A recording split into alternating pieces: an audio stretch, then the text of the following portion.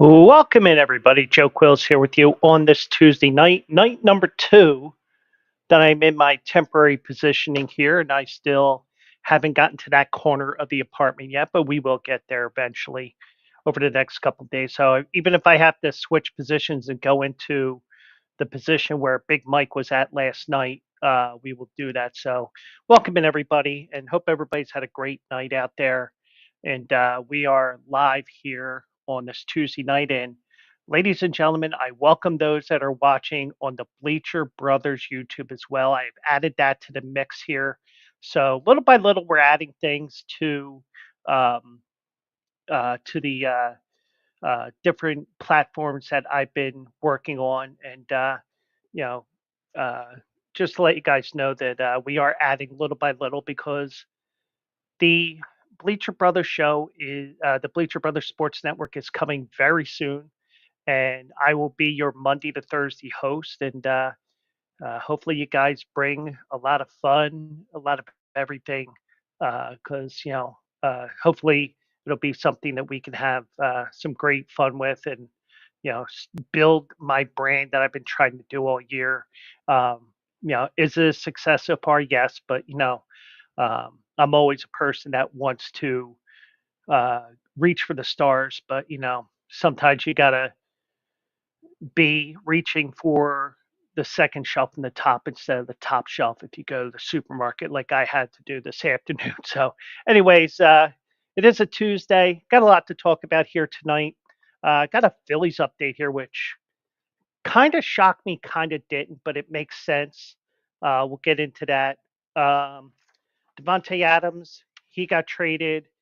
Amari Cooper got traded, or as my boy Luigi Curto will call him, Milk Carton Cooper.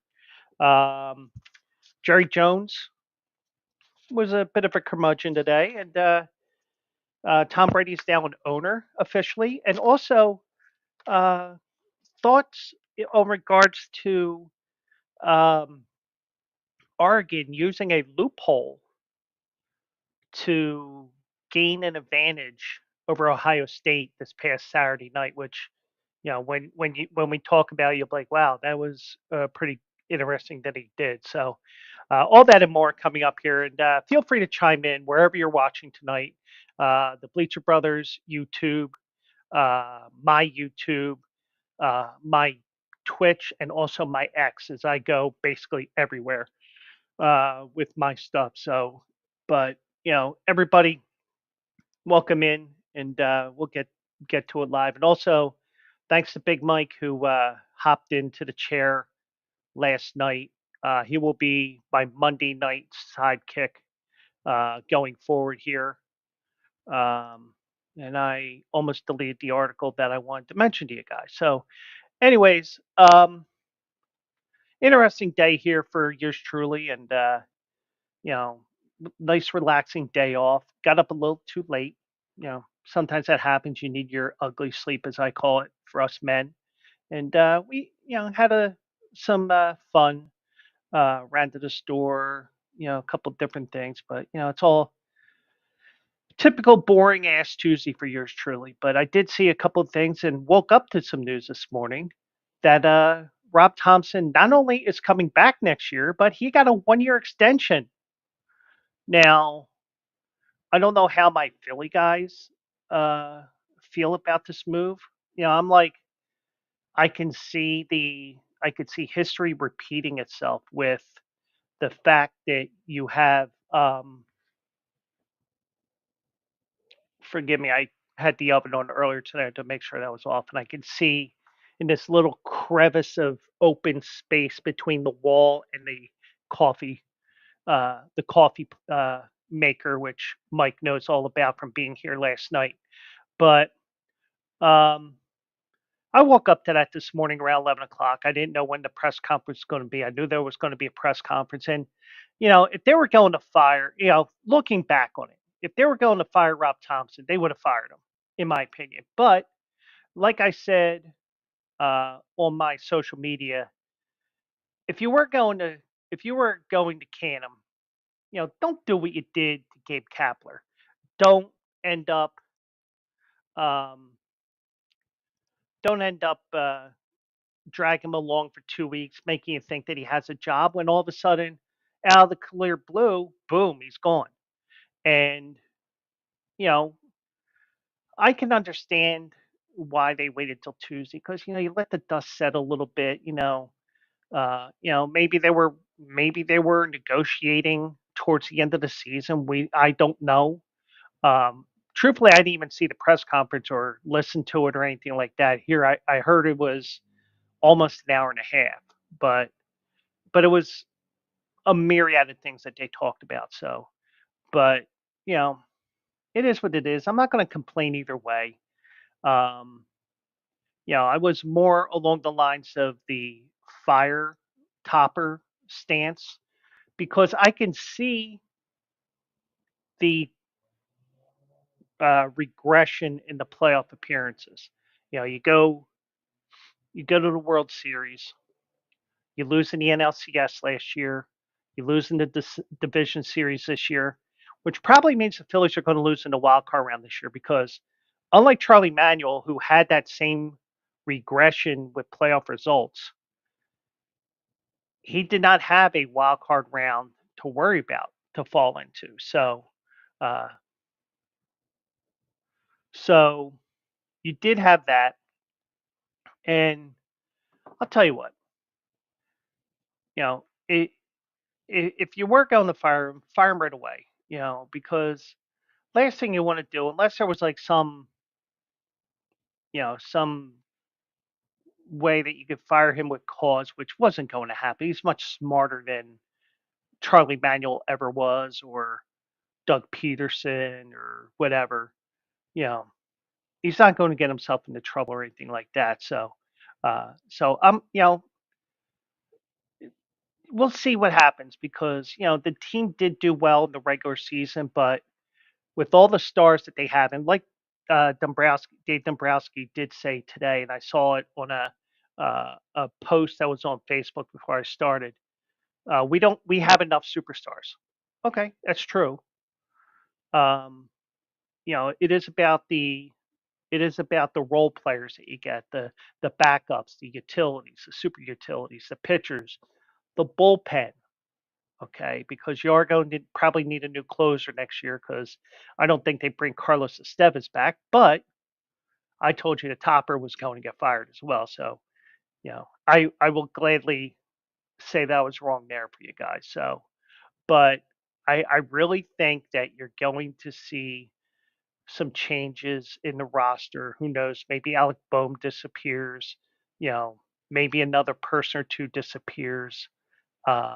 They said that Johan Rojas is going to be working at Clearwater throughout the winter to improve on his offensive game because he does have the defensive game, but he has been coming up small, and he the Arizona Diamondbacks saw a flaw in his swing, and they and also the Braves because we did see him regress last year in the playoffs and little I mean, little regression in terms of the regular season, but I think they want him to try to win that job and be the full-time center fielder next year. And it's just a matter of getting the work in. Um, Somebody else was doing Taiwan Walker, who's going to be doing a lot of work this off season. I wish he would work himself right out of Philly like everybody else. But me, it's more than just last year. It's the fact that he was not even in the bullpen during the 23 run. And then he was saying, well, he was bashing the Phillies and stuff. He should have been shit canned for that, but he was still there. So, um, but, um, but yeah, so it is what it is. I'm just worried about further regression, um, you know, and maybe we see that change. But Rob Thompson, he's not going to be a lame duck manager next year. He's going to have another year, and he's going to try to bring a championship to this team, this city next year. So he's got 2 more years on his contract next year in the 26th season, which was added today. And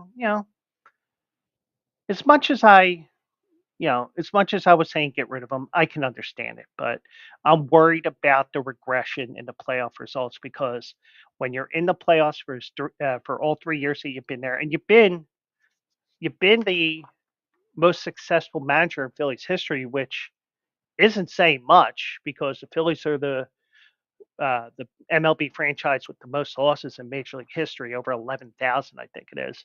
But um, as you know, he got the Phillies to the World Series as an interim manager most of the season after they fired Joe Girardi.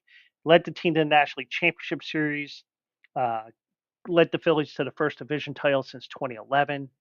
But you're starting to get to the point where it's no longer about the wins and loss records in the regular season. It's what you do in the playoffs. And if you're not going to win in the playoffs, then gone. We saw that with Charlie Manuel, but nobody wanted to get rid of Charlie Manuel because he won a World Series, and there was that regression with Charlie Manuel, like there is right now with Rob Thompson, and he's got one more chance, in my opinion, to stop that regression and get the team to the NLCS, to the World Series, to get us to Broad Street. And I shouldn't say us because I'm not a member of the Philly staff or anything, but you get the idea. It's a fandom thing where sometimes you do say us when you mean them, but you get the idea. So, and that's the only other time I will tell you about pronouns because, you know, I'm, the only two times I'm worried about pronouns is when I write my horse racing articles and when I talk to you guys about teams. Like, even though I'm a fan of a team, I'm not part of the team. I should be using they, and occasionally I use us or we. I'll try to correct myself, but but I'm not worried about all the stuff with pronouns with you know I prefer they, them, he, she, it, whatever. You know, am I supposed to read your mind to know what your pronouns are? No, just be professional. You know, I don't know what your pronouns would be. Let's, you know, I'll correct it. You know, and if you have a problem, and if I screw up again, then I screw up again. But you know what? It's not that big of a deal. We make mistakes. Phillies made a mistake with Charlie Manuel after winning the World Series, but you know, you get the idea. So Rob Thompson, 575 winning percentage, the best writing manager in Phillies history. His contract was going to expire. All the coaches are coming back, which everybody wants to get rid of Kevin Long because he's a guy who wants the home run ball. But you did start to see, especially early in the season, when the Phillies were winning games left and right, you know, 35-12 or some crazy number like that. Um, you did have a little bit more situational hitting, and I think that's something that the team will be working on even more in the off season. Well, in next spring training to get ready for the new season, and try not to back leg and pull home runs because you know, especially at home, you get an opposite field home run just as easy as a pull home run. So because you know how shallow those power alleys are at CBP, but um, Dave Dombrowski said he's done a good job for us. He's been a successful manager in reference to Rob Thompson. There have been very few clubs in baseball that have made the postseason 3 years in a row. He has done that. We've been a very good club under his guidance. It's also one where I think stability in the manager spot. I don't think going into the managers last year is ever a good situation to be in.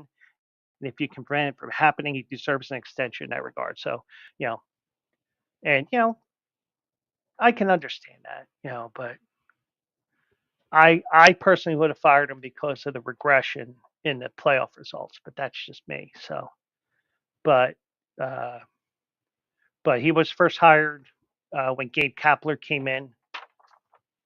He was the bench coach and assumed the bench coaching duties when um, Joe Girardi came in, and when Joe Girardi was fired, Rob Thompson took over. So, but he will be in the manager spot before we get in there. So before I get to my next story, I do have some breaking news here, and I did not load that sounder. Oh, wait, I do have that sounder.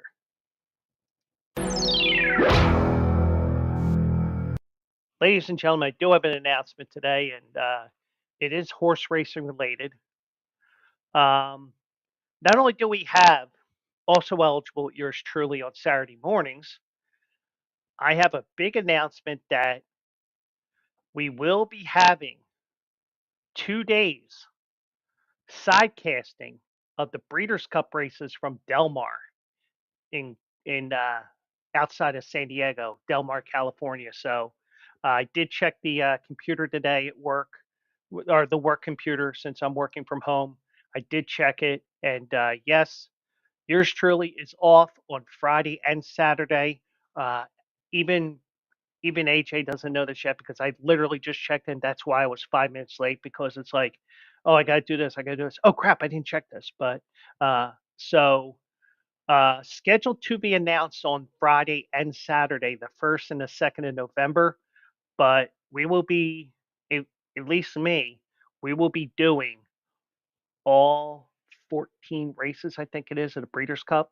So a lot of fun that we're going to have over those 2 days. And hopefully we'll bring home some winners from you guys. And who knows, maybe we'll make it even more interactive for you guys. So, uh, we'll narrow it down over the next week or two as the Breeders' Cup will be coming to the Bleacher Brothers Sports Network and to Joe Quills on Twitch, YouTube, and X. So a lot of great things coming up here, and Breeders' Cup is one of my favorite weeks of the year, but it's also one of my busiest. So it's going to be a long week for yours truly because I will have a 3-day weekend. I'll probably sleep 15 hours Saturday night into Sunday. So Mike says congratulations for what? For getting a day off? No, seriously, but AJ doesn't know that, but it's um, something that I saw right before I started this show here tonight, and that's why I was late because I was like, oh shit, I didn't check this, but because I wanted to check in when nobody in my office was online, so that they were saying, why is he coming on the computer? He's off today. He shouldn't be on the computer on his off day.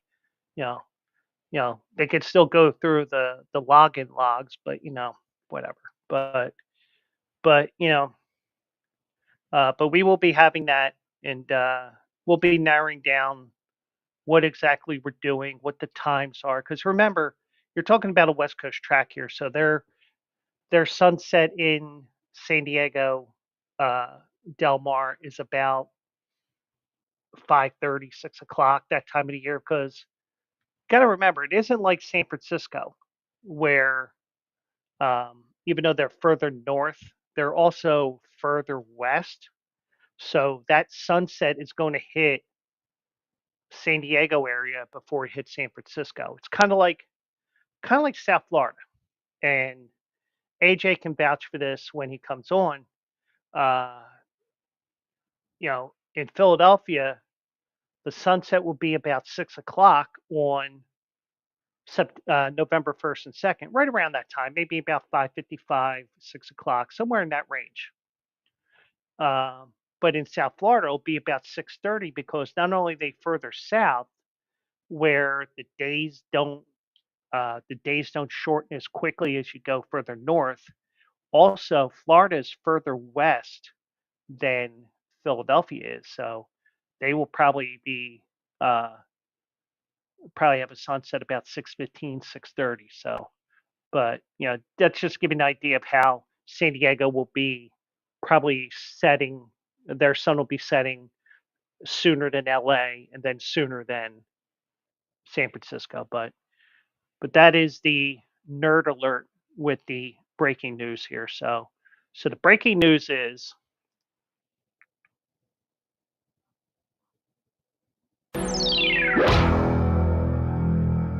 2 days of the Breeders' Cup with the Bleacher Brothers, and who knows what we're going to do, uh, but I think we will re-break that news on Saturday on the Also Eligible show. No idea what we're covering yet. I mean, I should be a real dick. And it probably will also depend on what will be offered as a win insurance on FanDuel Racing, but I should, even though I could bitch to no end about this. Um, I should do the races from Far Hills on Saturday just to see our minds explode trying to figure out those races because Far Hills in North Jersey is a 1 day meet, which is a hurdle racetrack, a steeplechase track in North Jersey. And I will tell you one thing. I did see an ad on Facebook about the Far Hills meet, and I was like, I know I can get the train up there because the train station is like right down the street from that racetrack. I mean, I don't even know if you call it a racetrack or a course or whatever, but um, I looked at the website and uh, I don't know if Mike wants to guess what general admission was for the 1 day meet at Far Hills in North Jersey. So I'll see if I might have told him this already, so he may have to recuse himself, and that's fine as well. But um, or if anybody else is watching, they want to chime in, feel free to do so as well.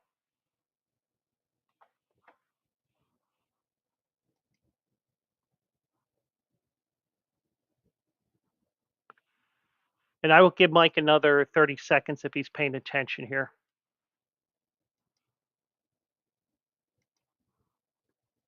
If I don't get anything by 24:30 on my clock here, I will.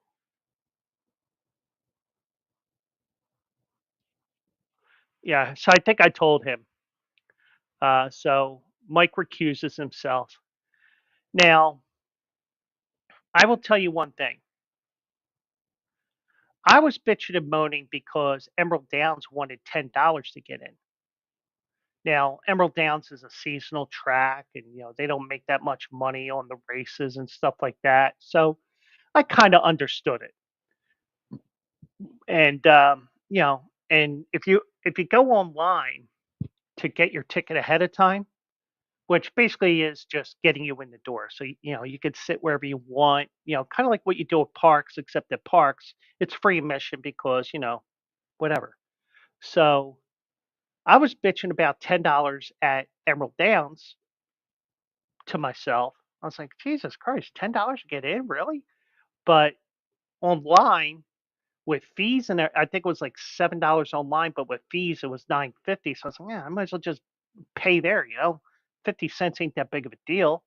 So big of a deal. So, um, but when I saw Far Hills, my mouth dropped, and I said, "Are you kidding me? They want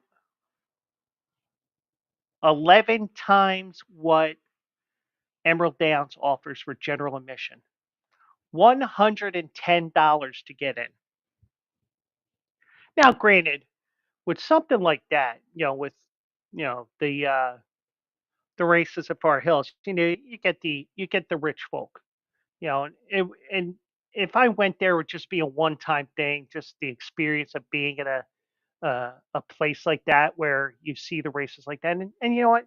It is no guarantee that the weather will be good either, because it is that time of the year where, um, well, actually, the weather's going to be good here in Philadelphia, and the weather's going to be good in New York. So, um, but it was just like, I was like, "You kidding me?" But you guys realize that you're talking about upper middle class, upper class. If you want to use the socioeconomic stuff, a lot of rich people going to this. So yeah, they're going to get that $110 for general admission and whatever they're charging for those higher tickets. But for someone like me who likes that I can get into Delaware Park for free and the parks for free, I think you can get into the Meadowlands for free. Um, I'm not doing it. But it would have been a one-time thing, but and I wouldn't even burden AJ with uh, you know, covering the cost of that entry. But it's just maybe next year, but it also depends upon work schedules and stuff like that. But a little funny thing that little something I saw. It's like, you got to be kidding me. But who knows? Maybe we still do that, but we'll probably be at the mercy of what FanDuel chooses to have with their win insurance races, where you get five. You have, you know, if your horse finishes second or third, depending on the number of horses in the race, you get your $5 back. So, and I sometimes I'm really bad at that, because guess what? I end up hitting the races instead of getting my $5 back. And there are days like last week or 2 weeks ago, actually, where I couldn't do a damn thing, but those weeks happen as well. So, but that was the breaking news, and that we will have wall to wall coverage of the Breeders' Cup, even if it's just me on my own personal Twitch and X and whatever. So that is, well, that's as of right now. We may be switching up platforms and stuff like that, but you know, as of right now, everything will be on my channels and the Bleacher Brothers channels and all that, and AJ will find out eventually. So, but anyways, on to the NFL here. A lot of NFL news that came up today. First, we had two trades today. First, Devontae Adams is now a New York Jet. He reunites with ayahuasca boy uh, Aaron Rodgers. Um, so the Raiders received the 2025 conditional third round pick in the trade that could improve their second round selection, according to ESPN's Adam Schefter. If Adams is a first or second team All Pro selection, or is on the Jets active roster for the AMC Championship game or Super Bowl, it becomes a second round pick. So, um, you know, I don't know. I think that Aaron Rodgers may be on his final couple of years anyway. I mean, he is 40 years old, but um, but also remember, Devontae Adams is also a couple years older. So, um, but it, maybe the the receivers just aren't aren't you know they aren't doing what um Aaron Rodgers is expecting and stuff like that. It happens, but you do. I mean, Father Time is undefeated. We know that, and I just think that maybe maybe the Jets are all in now. Um, um, Mike says that the Jets will still not make the playoffs. They have no identity. Well, their identity was their defense, but um, Robert Saleh got canned last week. I mean, somebody on WFAN did say it was specifically the Lebanon patch on his arm, even though he is of Lebanese descent. Um, it was whatever. I mean, it was a bunch of different things, not just how the team was underperforming, but um, but I think that when you look at everything here, they're doing what they can to make that run, and they're only 2 games back. I think the Jets still have to play Buffalo again, if I'm not mistaken. Let me double check that here. But you know, it's not like they're 1-5 and there's a team that's 5-1 or 6-0 on their team. So it's not like they're completely out of it. Nobody has taken control of that division, a division that we thought would be um, a division that we thought would be Miami's to win or lose, and unfortunately, they've had a lot of injuries, especially at the quarterback position. The Jets go to Buffalo in Week 17, so keep an eye on that game because that may be a game that may determine the division. So keep an eye on that as well. Um, we'll just see um, what Aaron Rodgers can do with Devontae Adams, and also Devontae Adams also has had a hamstring injury, missed the last 3 games. Now, was it a hamstring injury or was it a hamstring injury? And for those, I'm using finger quotes, especially for those that are listening and not watching. But you know, um, but um, but it'd be interesting to see what happens here. Um, we'll see if he does get that magic back that he had with Devontae Adams in Green Bay. Um, I mean, they were one of the most dangerous duos in recent NFL history. Uh, uh, Devontae Adams was behind Aaron Rodgers. He walked into the background while uh, Rodgers was doing his weekly hit for the Pat McAfee show, and Devontae Adams said, "We're back, man. We're back." Rodgers said he was excited. It's on us now. We're going all in. Um, Now, the deal was made before Monday night's game. Adams took a red eye flight to New Jersey, landing early this morning. He went to the Jets facility to take a physical, which finalized the trade. Um, but Woody Johnson, um, as I said, fired the head coach last week and made one of the splashiest trades in 7 days later. So he's been all over the place here. Um, Uh, he still thinks the team's going to do very well. He said that we're going to kick dot dot dot. You can add the words after that. Now the Jets are assuming the balance of Adams' remaining salary, 17.5 million this year, which means that they have to pay 11.59 million.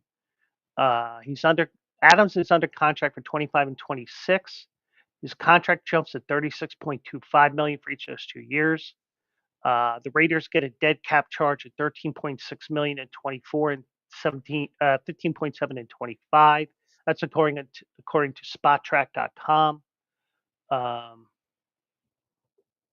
Now they don't know if Adams is going to play next week in Pittsburgh or this week in Pittsburgh against Pittsburgh. Or no, in Pittsburgh. Okay. Um, um, Adams fell out of favor with Antonio Pierce requesting a trade. He recognized the Jets as his number one choice and eventually got his wish. General Manager Joe Douglas showed interest in Adams at the trade deadline last year, but was rebuffed by the Raiders. Never lost interest, continued to talk, and That trade was completed this morning with the physical, and Mike doesn't think they'll make the playoffs. I mean, I think I had the Jets at 9-8 this year. I think, and I think that was barely making the playoffs. And of course, the last 3-4 years I've done the pick sure to go wrong episode, I've always had at least one tiebreaker where I'm just like, where do I go from here? Because you go like to the sixth or seventh tiebreaker and it's like strength of win, and then it's total number of touchdowns. It's like Jesus Christ. But you know, and I'm just exaggerating with that, but you get the idea. But it isn't these. I mean, the tiebreakers I've had to figure out who gets into the playoffs, they haven't been cut and dry. But so Adams goes to the Jets like he wanted a year ago. Amari Cooper got traded today. He is no longer a Cleveland Brown stain. He is now a Buffalo Bill stain. Uh, well, I had to play around with that, but Buffalo Bills acquired Amari Cooper in a trade with the Browns. So they finally get the number one wide receiver that they've been missing since they traded Stephon Diggs. And from what I know about Cooper, he's not an egomaniacal asshole like Stephon Diggs is, like T.O. was. You get the idea. Um, so the Bills received Cooper and a 2025 six-round pick for a 2025 third and a seventh round in 26. Um, Now, this was hours after the Jets announced their trade. In recent weeks, the Browns have fielded multiple offers for Cooper, who was in the final season of a 5-year deal originally signed as a member of the Cowboys. Now, that is key because you basically have an expiring contract. And we see that a lot in the NBA. You see it a lot in baseball. We're starting to see more and more trades in the NFL with the trade deadline over the past couple of years. And the one guy that has exploited that the most over the last few years is Howie Roseman.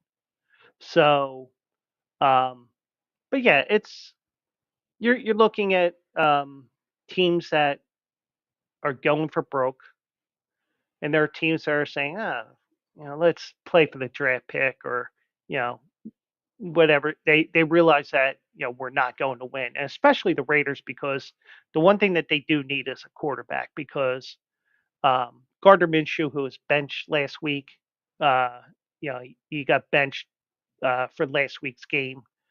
He's a good guy to play for a couple games at a time, but he's not a starter.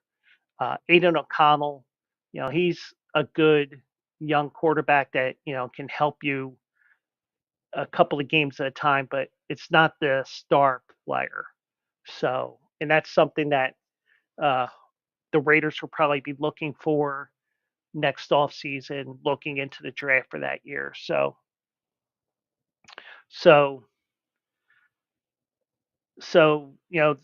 the the Bills needed help at the wide receiver spot. They get the help that they need. Um, you know, and also with the fact that Cleveland converted a majority of Cooper's $20 million base salary into a signing bonus, it made him more attractable as a trade candidate. So um, now Amari Cooper did struggle this year, but you wonder, is it because of Deshaun Watson not getting those happy endings? Cooper struggled along with the Browns offense, has failed to score 20 points in each of its first 6 games. Um, so Cooper will be giving will be giving significant help at receiver. Um, the Bills had an everybody eats mindset with the goal of getting a variety of players involved in the offense at times, but too often, especially in the past 3 games, the receiver struggled to get open downfield. Um, and Marquez Valdez Scantling was cut as a result. Um, and another text there. Uh,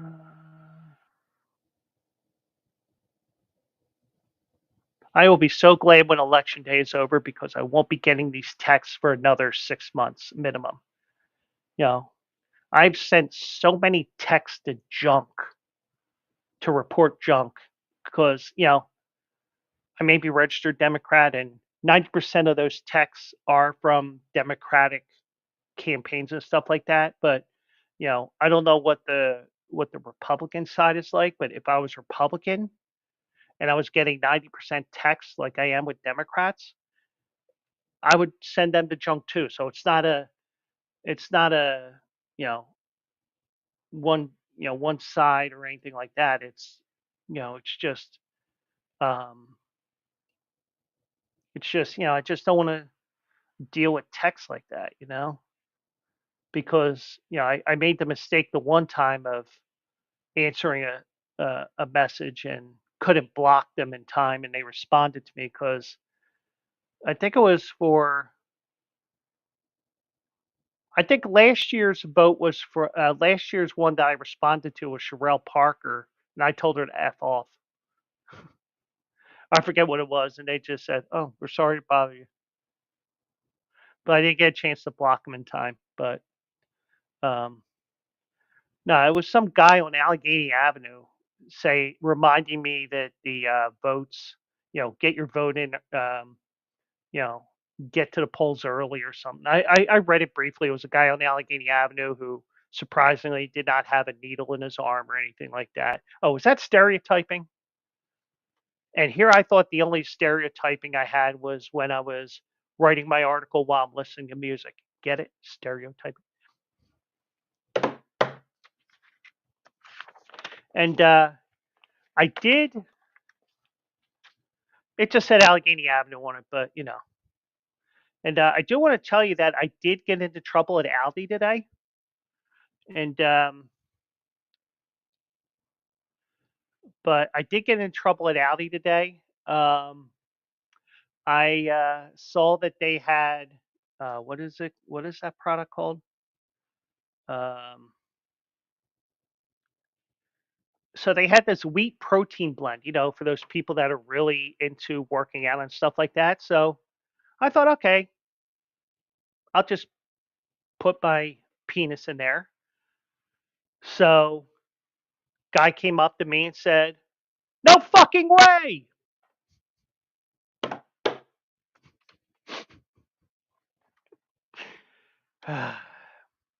I can't take credit for that joke because that was a joke that I saw on Instagram. So, and Mike saw it. He knew where I was going with it, but and I did share that to somebody as well, who's going to remain nameless because they probably won't talk to me anymore. But anyways, actually, I think they're a little preoccupied watching the baseball game right now. But last I saw was 3-2 Cleveland, but it might have changed since then. Uh, but anyways, so oh, before we get to Jerry Jones, and not sure if Mike saw this today, but the Eagles and the Bengals have been flexed out of that 425 spot. They will be a 1 o'clock game on Sunday, the 27th, and the Bears and the Commanders, with the top two picks in the draft, will now be the 425 game. So, whatever. I just know that I because that is a Sunday that I'll be working. I will know that the TV, when it goes back over into this corner here, that TV will be set to the Eagles because I have an antenna onto it, and the TV in the living room will be set up to red zone while I work. So, and Mike saw it on ESPN today. I saw it this morning after I woke up. I'm like, whatever. You could have put it. You could have put it Saturday at 2:30 in the morning. I would still watch. But we do have that coming up in a couple weeks. So and I think you have to make those decisions. I think it's like 10 days in advance. So I think that they are going to Um, they are going to have that. Um, and I think today was the deadline for games for that weekend. So I said, all right, well, Eagles Bengals will make you 1 o'clock. We'll make that game 4 o'clock.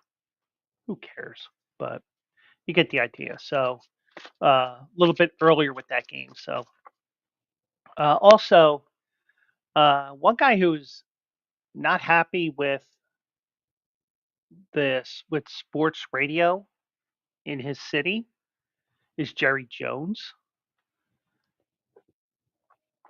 and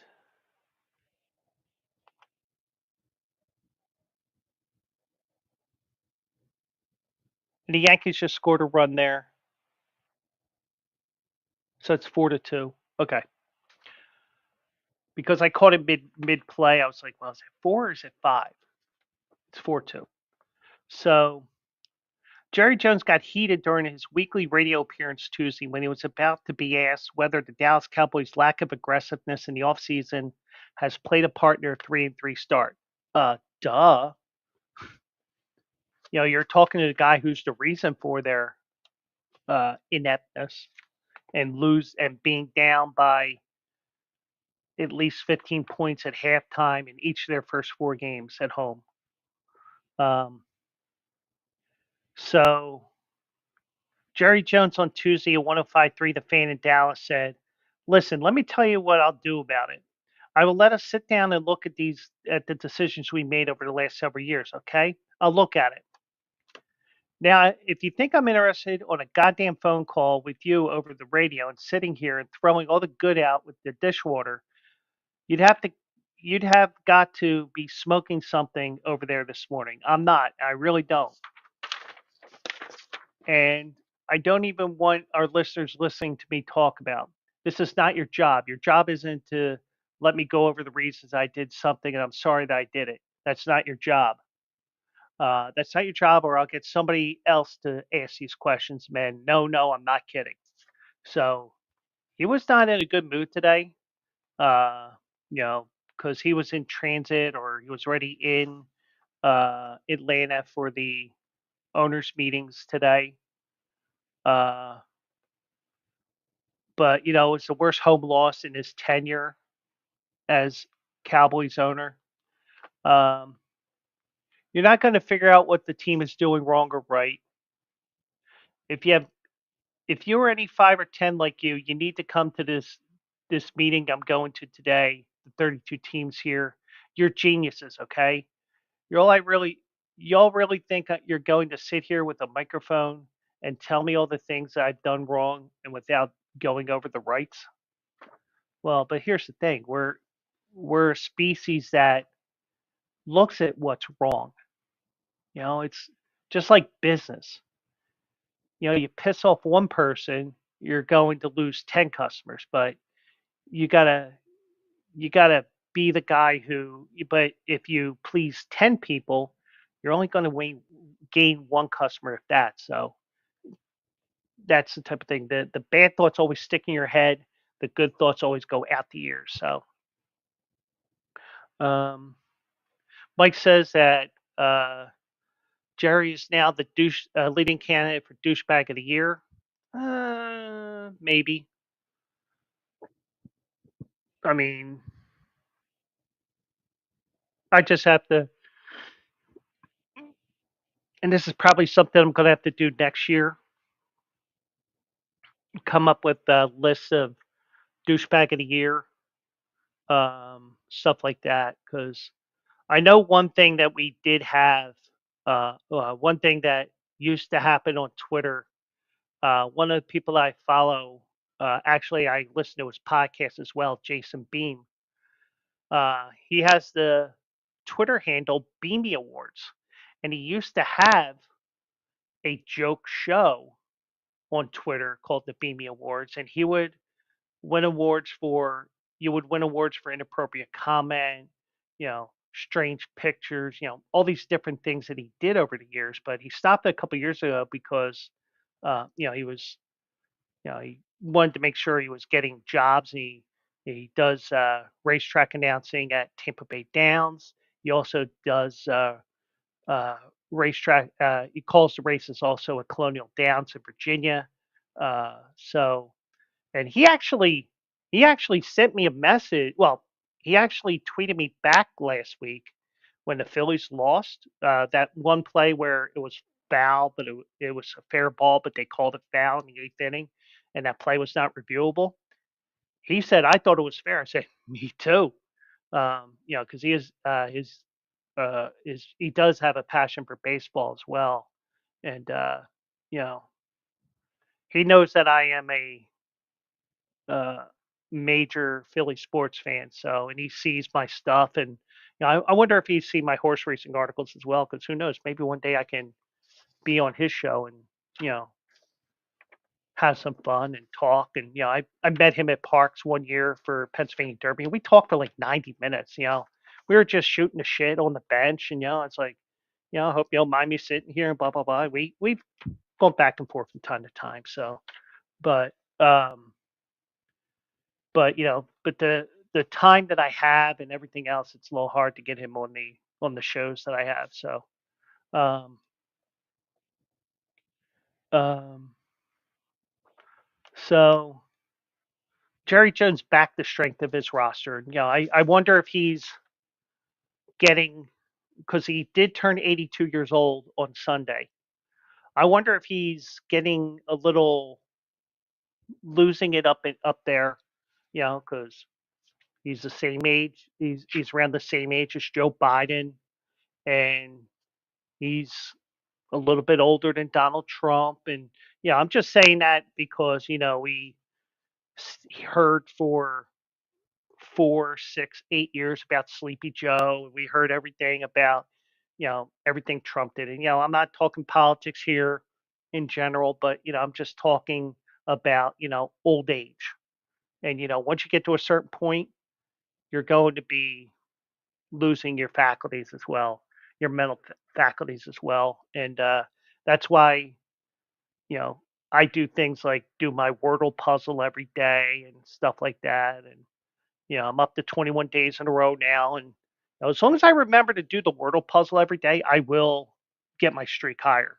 But uh, that's do little mental exercises every day, little things like that.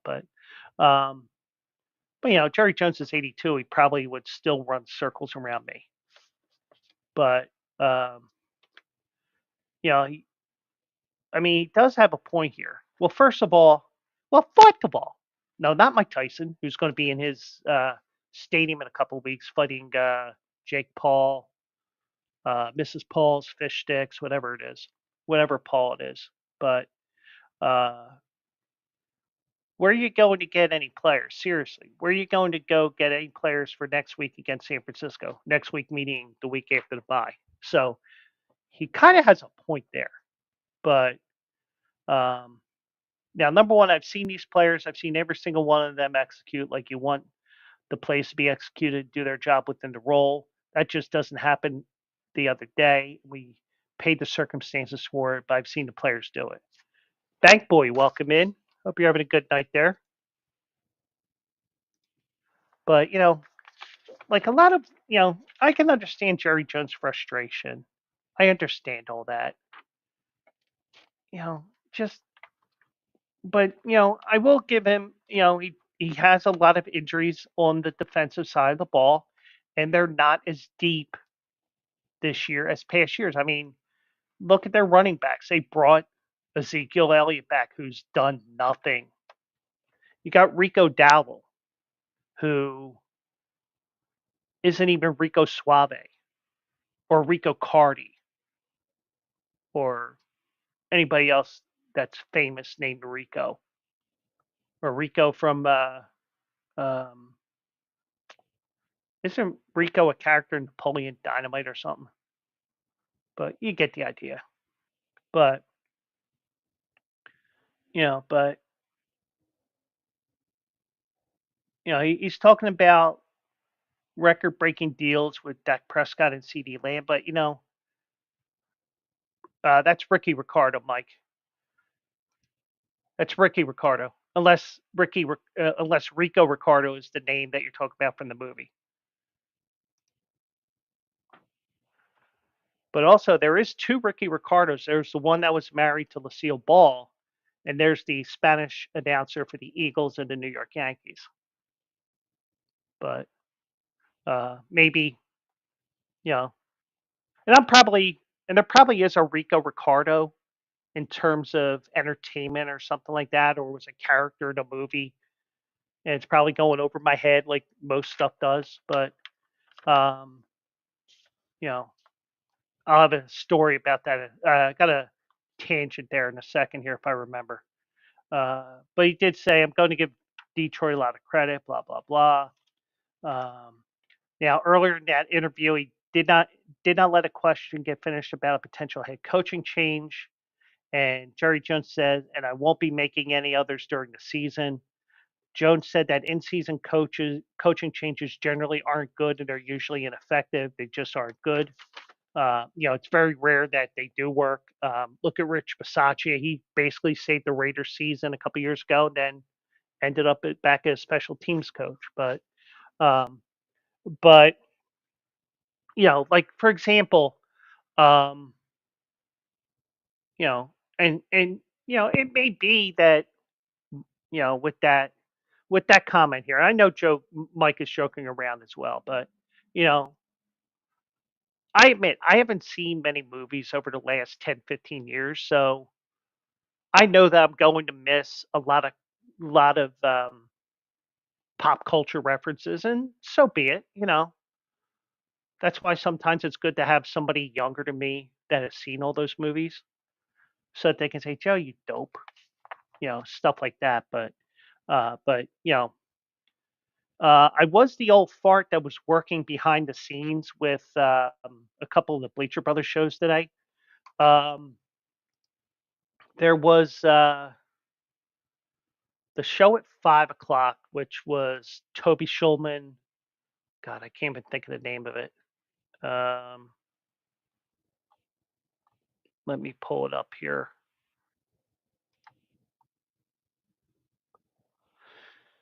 Let me go over here because I basically sat there and I sat as moderator for the two shows on Twitch.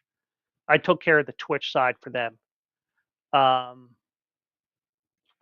there was Hurricane Watch at 7 o'clock, which is geared towards the Miami Hurricanes since Bleacher Brothers is actually based out of South Florida, and Drew Scalia. I'll have to see how he pronounces that when if he's in town November 16th. They had a fun little game there, and they were trying to name every FBS college football team on a map in the United States. And this is where being a fountain of useless information helps people out. So I was just sitting there. I was moderating on Twitch, the Bleacher Brothers channel, and and they were going through the things. I didn't know what they were doing. I wasn't really paying attention too much. I was just peeking every 5, 10 minutes, make sure there wasn't a spammer that I had to block and ban and stuff like that. So, um, but they had that little game, and every once in a while you get these small conference schools, and what made it even more difficult is, especially in the eastern half of the country, when you had a school that was in an area where there was a lot of other schools that these dots were blocking, couldn't tell where the state was in.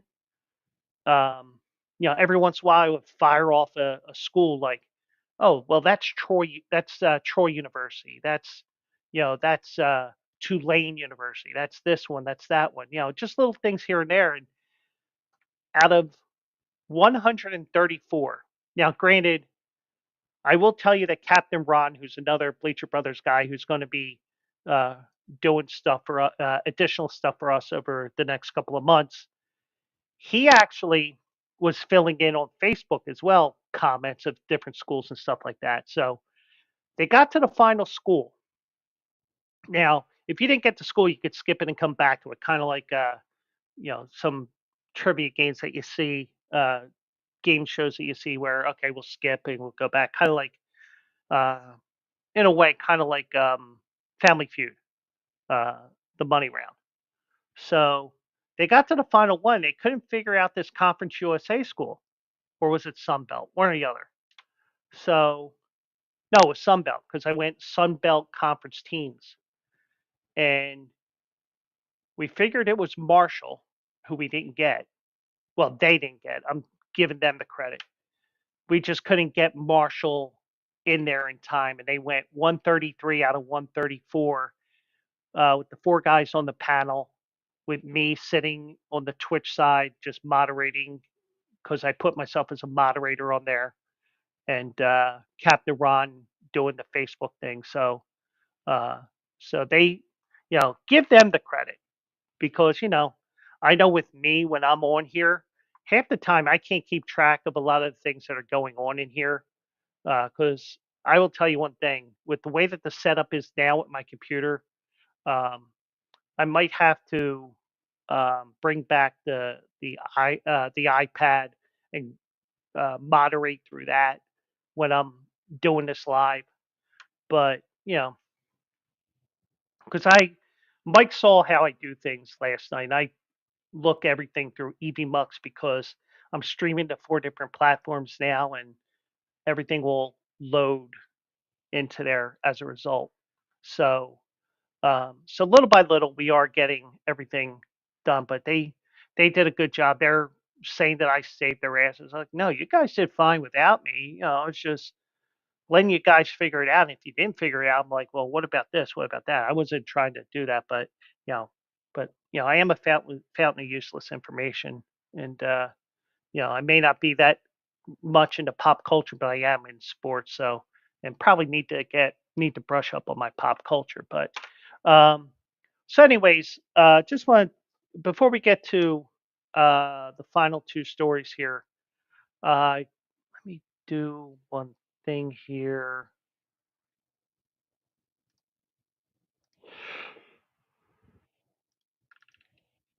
And apologies, I don't know why, but I am dead tired today. Probably slept too late today. But anyways, do want to tell you about Rebet. And Rebet is a partner of Bleacher Brothers here, and you get a 100% deposit match up to $100.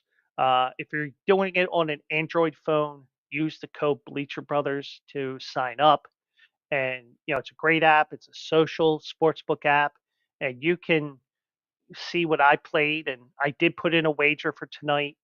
I do. Well, I should have told you at 9 o'clock. I could have made a Philly fade pick, um, but it's 100% deposit match up to $100. I have put that code in the chat for you guys, so check that out. And if you sign up for this, as a result of this show tonight, let me know.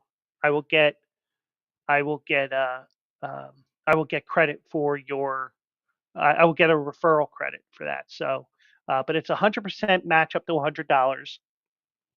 And the great thing is, it's more than just a regular sports book. You can track my wagers, AJ's wagers, uh, Toby's, and all of us that are on there. Now, another thing that you can do on there that Rebet will facilitate is if you've seen the movie Trading Places, that 80s classic um, with Eddie Murphy. Um, the two old men, the two rich old crusty old men, they had a gentleman's wager, and it was $1. Now I don't know what the minimum is for a head-to-head wager. So let's say Mike likes the Flyers tonight, and I like Edmonton tonight, which was my play tonight at minus 1.5 goals.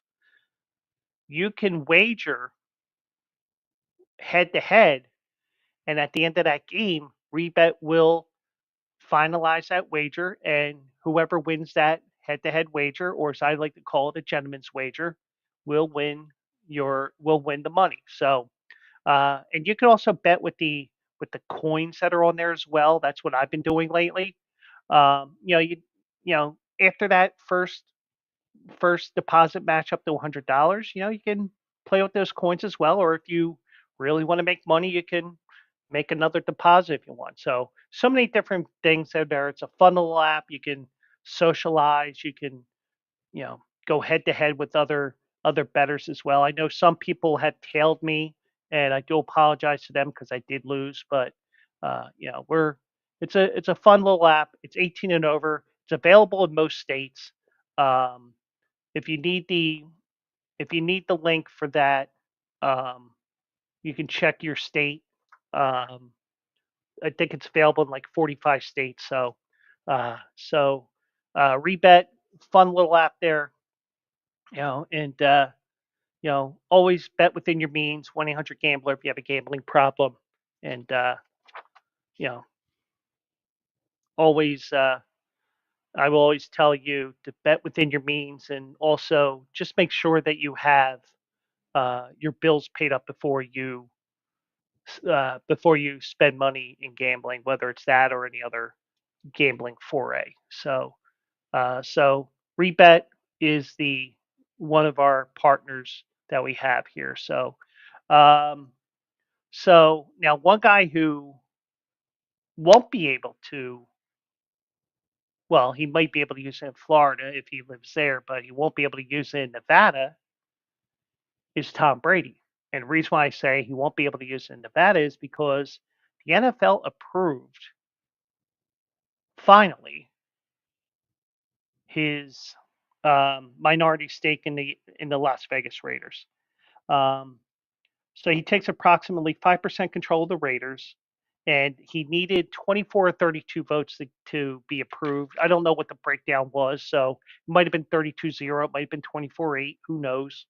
But he is now in ownership, so I think that finally puts away the rumors of him coming back and playing. I think that once you're an owner, you can't play. So even though Tom Brady is 112 years old, or so it seems that way. Um, Now, also, a former Raider and Patriots defensive lineman Richard Seymour also was approved of his minority stake as well. And he said, I'm deeply grateful and humbled and honored to become an NFL owner. This is the mission of a lifetime. I accept it with both purpose and pride. With great opportunity comes great responsibility. And I pledge to be a worthy steward of our game and all it makes possible. So, Richard Sherman and Tom Brady joined the ownership group. Um, Now, Brady's deal was initially agreed upon in May of 2023, but it took the owners 17 months to give their approval over concerns that he was receiving too much of a discount from the Raiders' majority owner, Mark Davis. There was also the issue of being a broadcaster, as it could represent a conflict of interest. Personally, I say it does. Um, but the NFL placed restrictions on Brady before the season to limit his access. He's not permitted to attend production meetings in person or virtually, and may not have access to team facilities or players or coaching personnel. He may broadcast Raiders games. He also has to abide by the league constitution and bylaws that prohibit public criticism of officials and other clubs. So he does um, have restrictions unlike any other color commentator in the National Football League. And you know, I mean, I don't know how you rate him as a color analyst. I know, like for example, the first week he was horrible. Um, but truthfully, I don't know. I haven't listened to one of his games because I usually, if the Eagles are not on, if the Eagles are not on, I got the red zone on, and they'll only show like a couple of plays at a time that he's a part of. And once they go down to that final game, for us in the United States, we get the up the wazoo, and they cut the red zone off for us. But if you're international, continue watching. But you know, um, you do have that. So, but like the week that he was calling the Eagles Buccaneers game, I was working, so I didn't get to hear him in action. I didn't record it or anything like that. So whatever happened with that. Um, so yeah, Brady also has a minority stake in the Las Vegas Aces of the WNBA. The majority owner is also Mark Davis. And Brady and Seymour are the third and fourth former NFL players to become owners after George Halas Sr. and Jerry Richardson. So those are the four guys that have become owners after their playing careers. And I don't know. I mean, personally, I think it is a conflict of interest that he's in the booth, but I think the NFL said, well, if you screw up, you're gone. And I think that they're going to make sure he doesn't mess up there. Um, so yeah. So get to our final story here, and I did not print this out, so I'm going to be looking at my screen here. So if anybody chimes in the chat, um, if I don't respond, it's not on purpose. So um,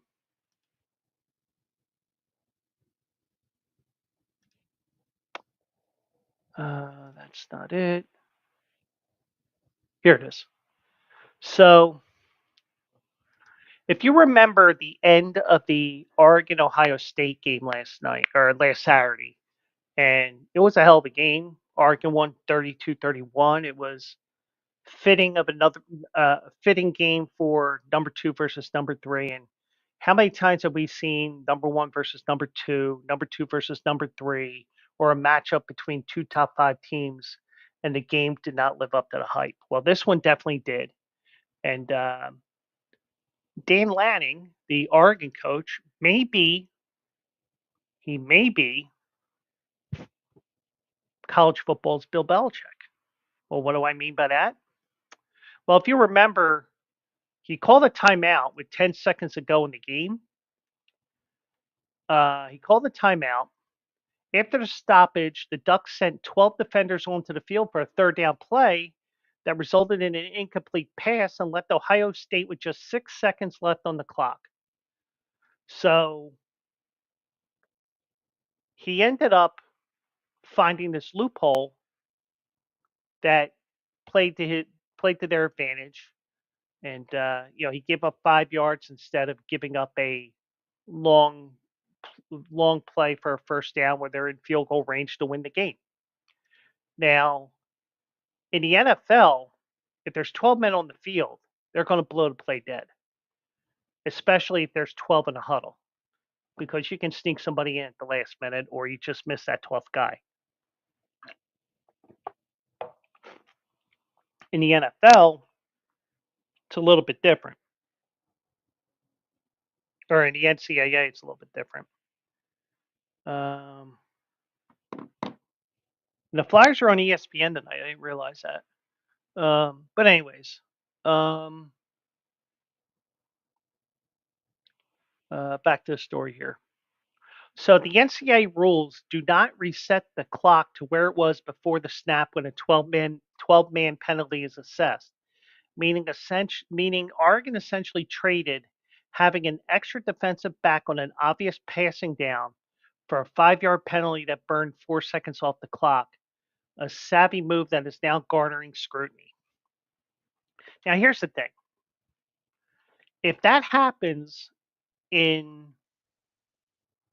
Temple versus Tulsa, and did not have this weekend, Temple and Tulsa. And I only know that because I saw that they play on my ESPN app this morning. So let's say that happened in Temple and Tulsa and did not happen Ohio State and Oregon. It's not news, because I don't think anybody really gives a shit about Tulsa. And I know nobody gives a shit about Temple here in Philadelphia because everybody thinks that Penn State is a Philadelphia team when they're actually closer to Pittsburgh.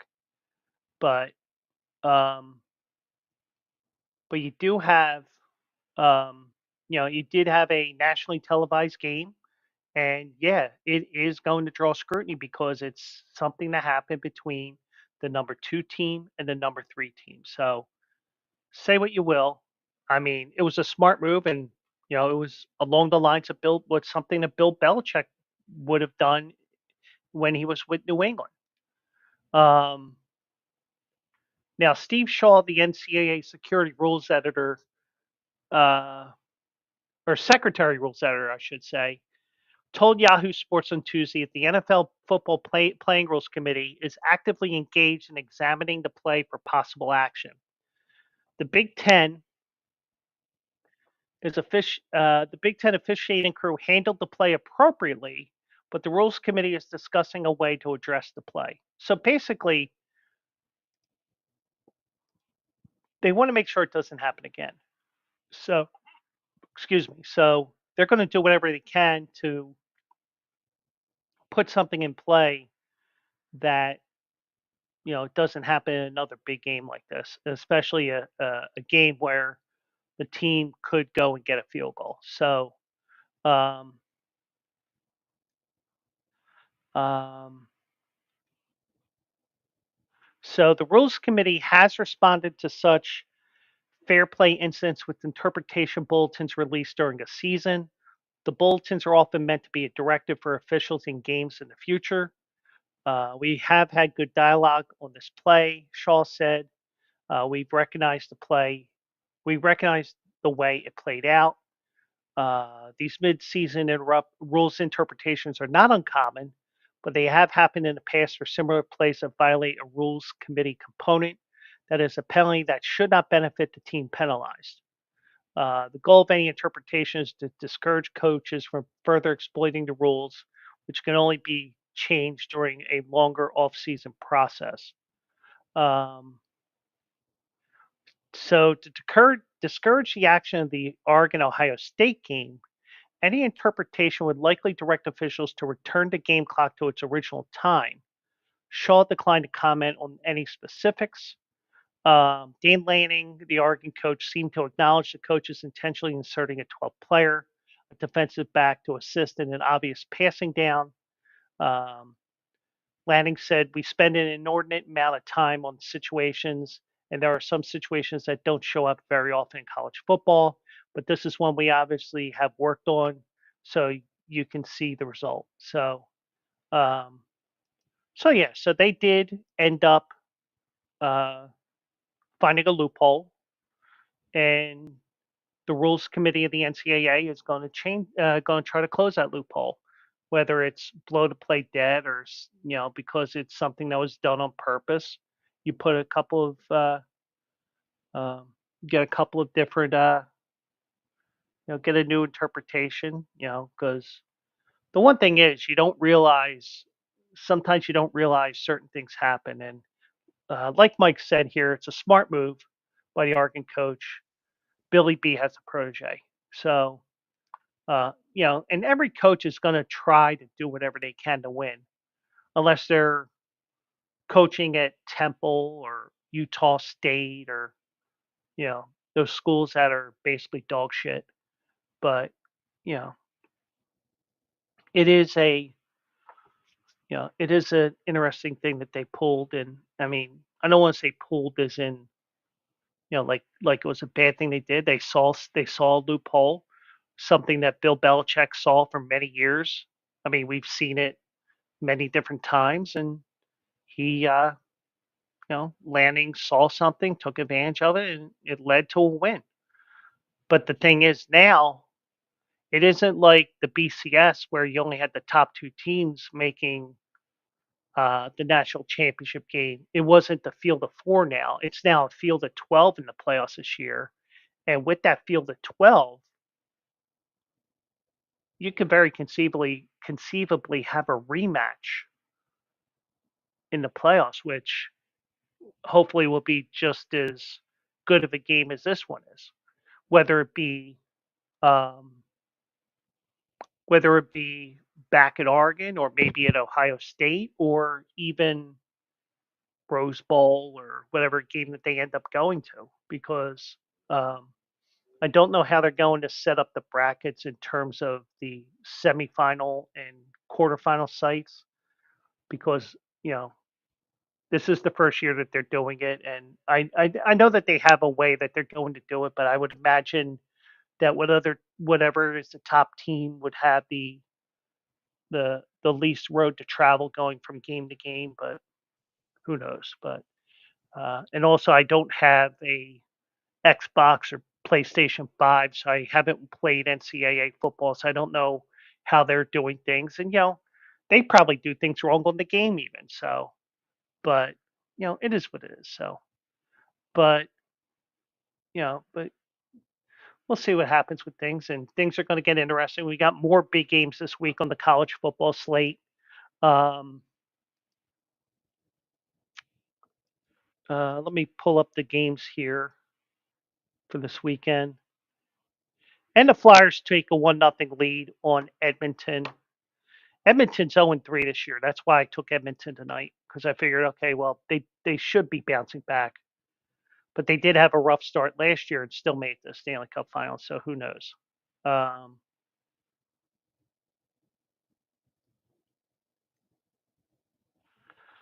um,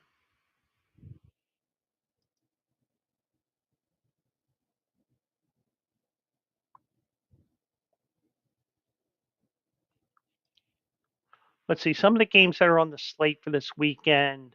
Um, Tennessee plays Alabama. 7 Alabama versus at 11 Tennessee. Um, Number 5 Georgia is at number 1 Texas on Saturday night. Uh, so you got a couple of ranked matchups there. So not as spicy as last week's games, but you do have a couple of top matchups there. Um,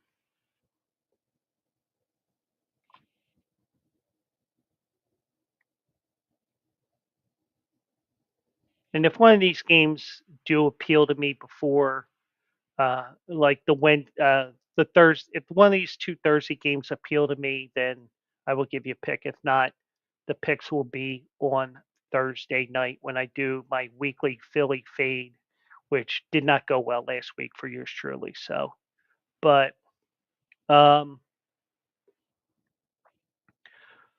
so I do see here that they did raise a banner for Johnny Gaudreau in Columbus tonight for their home opener. Um,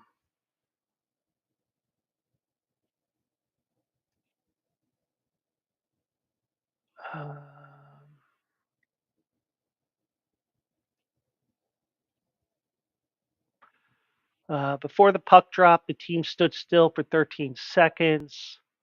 Johnny Gaudreau's number uh,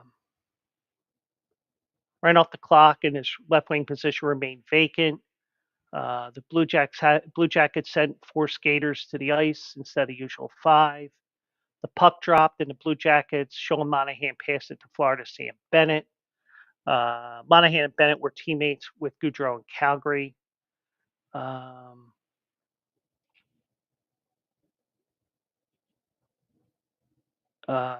Johnny's widow, Meredith Gaudreau, said, "I don't want anyone to be sad." In a recorded message played shortly before playoff, I want you all to be inspired by the life that John lived. That means love your family first and foremost. And when it's time to drop the puck, let's love the game that John loved. So, um,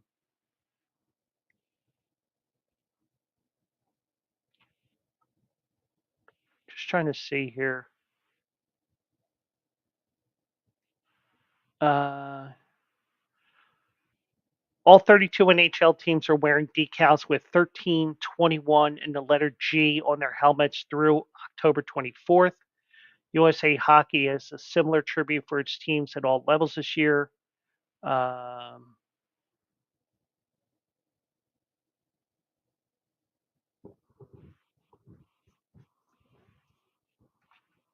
but I'm just looking to see if they actually retired his number or not.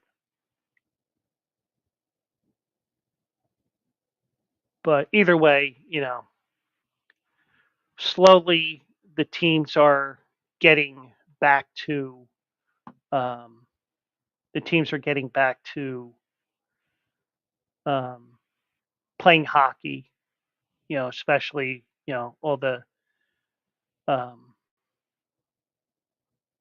all the ceremonies and remembrances of Johnny Gaudreau, who tragically passed away in August. uh, when him and his brother were hit by a drunk driver, which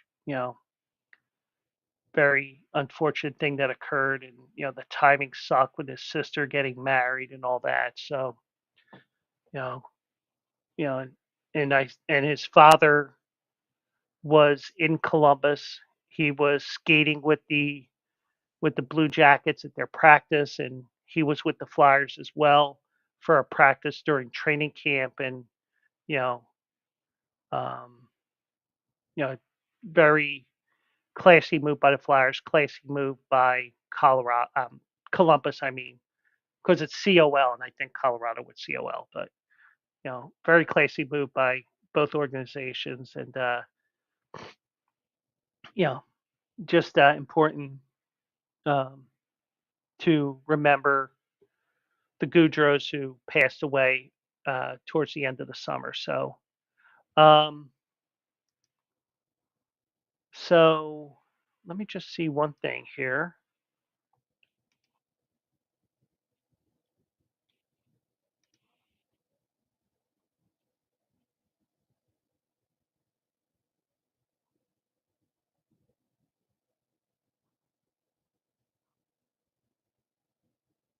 Okay, yeah. So and the good thing is with the fact that um, the Bleacher Brothers Sports Network is coming on soon. Um, there are days where we can go long, and there's days where we'll be short. And but once we go into the Bleacher Brothers Sports Network, we will be 2 hours. So we will be 9 to 11 p.m. Wednesday nights will be 10 to midnight. Uh, but there will be nights where I'll only be 10 to 11 because we will have some nights a show after me with Stadium Food Girl, who's a friend of Bleacher Brothers and goes around all the stadiums and is a food connoisseur with stadium food. So yeah, unfortunately, I was hoping to meet her when I was in Vegas, but she was doing an interview with Bleacher Brothers, and I was helping Tony Bruno at the time. So I didn't get to say hi to her or anything like that. So, but you know, so so just to give you guys a quick update here before we call it a night. Yankees are up 6-2 in the eighth. Yankees are looking to go up 2-0. They hold serve in that series unless Cleveland has a big comeback there. Uh,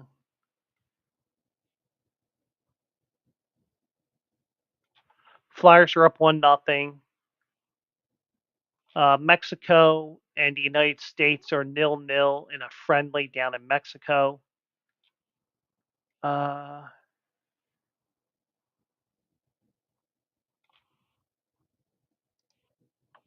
Wait a second. We have,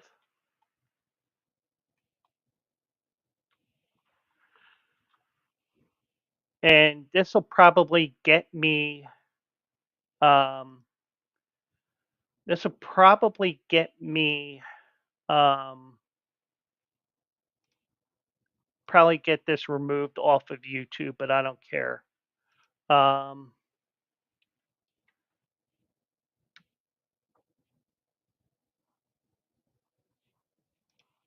we have hockey action from St. Louis, and we had a bit of history tonight. Um, let's go to St. Louis, Missouri, where Philippe Gustafson scores a goal from,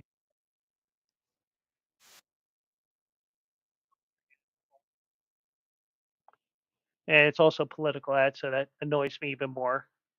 But it's just the time of the year. Got 2 more weeks of this shit, people. Okay. Whoop. So here we go with the hockey action, yo. Uh,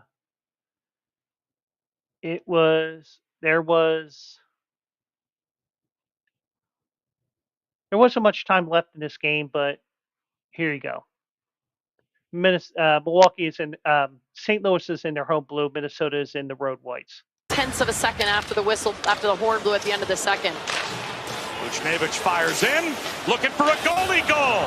Gustafsson scores! Playing the puck when he needs to play it, getting whistle when he needs to, and he knows the puck's empty. Best part about that is the height. Puck goes up and over everybody and tucks right inside that post. Tenths of a second after the whistle, after the horn blew at the end of the second. Buchnevich fires in, looking for a goalie goal. Gustafsson scores! Playing the puck when he needs. And you know what? Not only is that an empty net goal there by Philippe Gustafsson,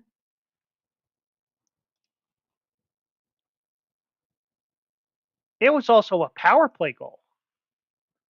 So, they were, uh, St. Louis was trying to get a goal there in the final seconds. And, oh, by the way, I'm going to score on the power play. So, congrats to Philip Gustafsson, the latest goalie to score a goal in the National Hockey League, where it's a little bit harder to do so now because you have the trapezoid behind the net now, where you can only play the puck within a certain area. So congrats to him.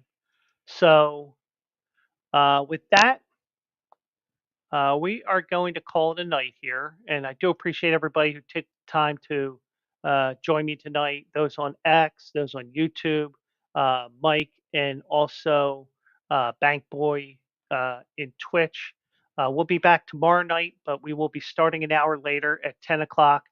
You're welcome, Bank Boy. Glad to provide some news, entertainment, anything else that I try to provide nightly. So we'll be back tomorrow at 10 o'clock, and got nobody to read to tonight. So we're just going to cut it off here, and we'll do it live at 10 o'clock tomorrow night. And have a great night, and see you tomorrow.